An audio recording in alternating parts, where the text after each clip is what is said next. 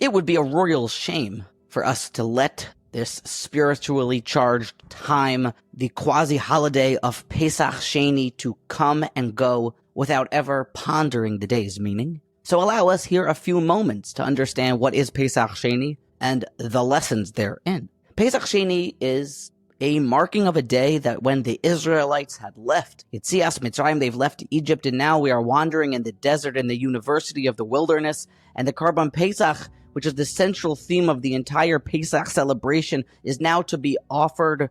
There was a select group of individuals that were ineligible to bring the Karban based on their impurity status, so which they did not take too fondly to. They walked down the block in the Midbar to go find Moshe and Aaron, and they said, "Why should we be left out? We also want to bring the Karban Pesach." Hence, a new commandment, a new parsha in the Torah called Karban Pesach, for those to bring the Paschal lamb when they were previously deemed ineligible.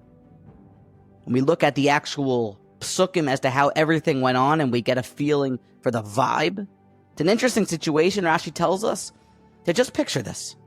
It was a walk down the block into the base medrash, to which they found Moshe and Aaron learning together bechavrusa. That's what Rashi says.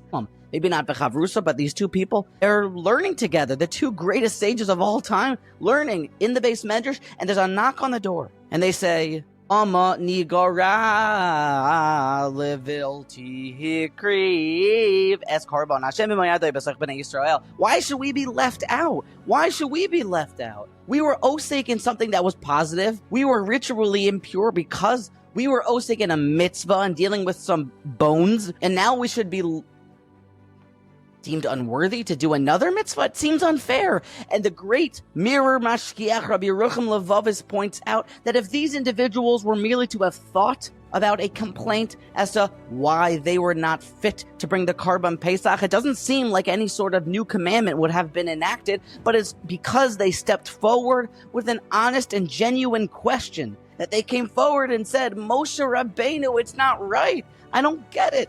They were genuine, they were honest, and they were posach espiv to say, why is it fair? I don't get it. A good kasha.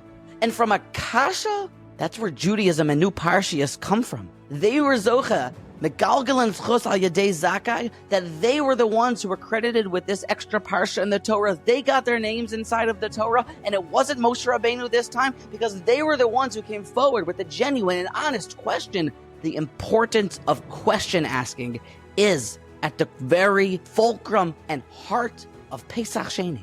To ask honestly is what Judaism is about. It's called Zichru Toras Moshe Avdi because Moshe Rabbeinu, where Alu Min Ahari, went up and then he asked questions with the Boirei Olam. What's going to be with the laws here? And what's going to be with the Pshat Masechta Sanhedrin? And what's going to be in Masechta Shabbos with Haitzah? And every kasha got a teretz, and Torah came out from Moshe's questions, says the Mir Mashgiach.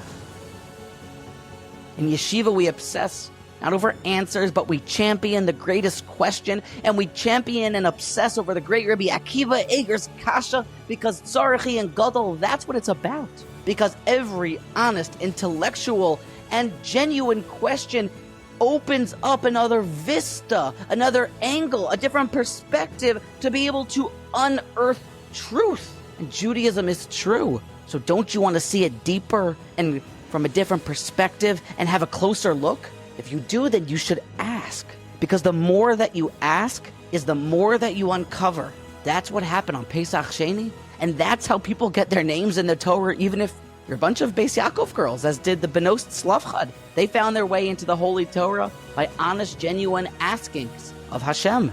Moshe, why don't we get a share of the land? The lesson of Pesach Sheni is to never stop interrogating, questioning, inquiring with honesty and truth. Why Rashi says what he says, why Hashem said what he says, why it is that this is what we do, and why it is that the great rabbi acted in that way.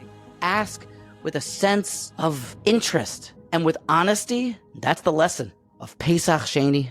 To never stop asking, because the more you ask is the more you uncover.